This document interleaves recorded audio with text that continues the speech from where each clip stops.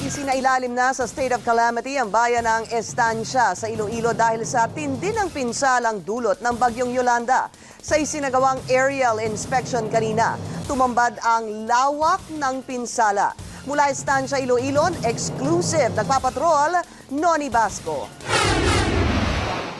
Unang bugso pa lang ng hagupit ni Bagyong Yolanda, nakapangingilabot na ang tunog ng hangin sa bayan ng Estancia, Iloilo. Sa sobrang lakas ng hangin, nabuwal ang mga malalaking puno ng kahoy. Nagliparan ng mga bubong at ibang bahagi ng mga bahay at gusali. Halos mahatak rin ang mga nakaparadang sasakyan. Pinilit naman ng pamilyang ito na makarating sa evacuation center. Daan-daan pang mga residente ang inilikas mula sa mga delikadong lugar. Karamihan, mga bata at kababaihan na may mga sanggol. Si Aling Dolores, kinarga na lang siya ng Mr. papuntang evacuation center.